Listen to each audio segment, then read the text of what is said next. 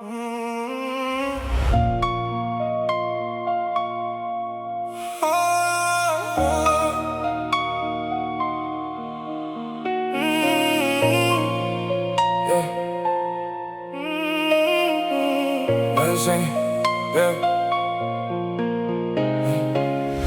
seni görgünde evlenip baytarımdı bilbey.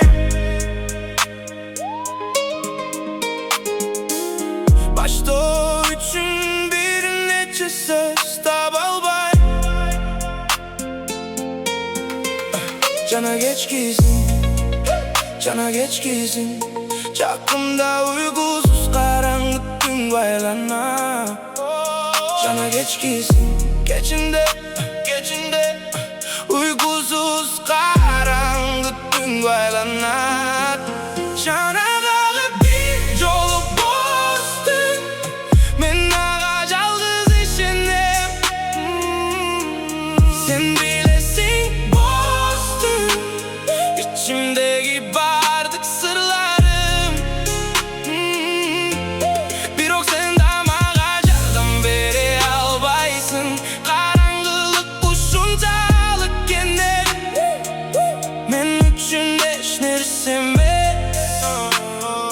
Bugün geçinde yalnız kalsam. Barın bilesin, düşündürü için hiç kanday söz gereği yok. Bir ok siz dağı dele gözünüzdü albaysız. Kubanıştı gözlerim. Cana dağı bir yolu, cana dağı bir yolu, cana dağı bir yolu. Men sizge barın aytıp berünüp bandap jatam. Mından nare hiç kanday maskara bozduk çok. Cana dağı bir yolu, cana dağı bir yolu. Hazır aytıp bereyim. Mından nare hiç kanday maskara bozduk çok. Cana dağı bir yolu bozdun. Men ağa calgız işinem. Sen bilesin bozdun. İçimdeki bardık sırlarım. Bir ok senden ağaçlardan beri albaysın. Karanlık uçuncalık gene. Men üçün içleri sevmez. Bugün geçinde yalnız kalsam. Ben dağı bir yol, seni görüm her bir gün. Gözümde dağı bir yolu görüm. Çarkırağan çarık. Bir ok biz çok uyumuz biz. Çok biz çok uyumuz biz. Erten cana bugün bölüp yaşayba. Bir ok biz çok uyumuz biz.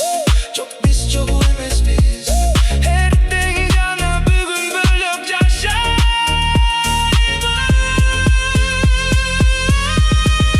Cana dağı bir yolu gümüştün.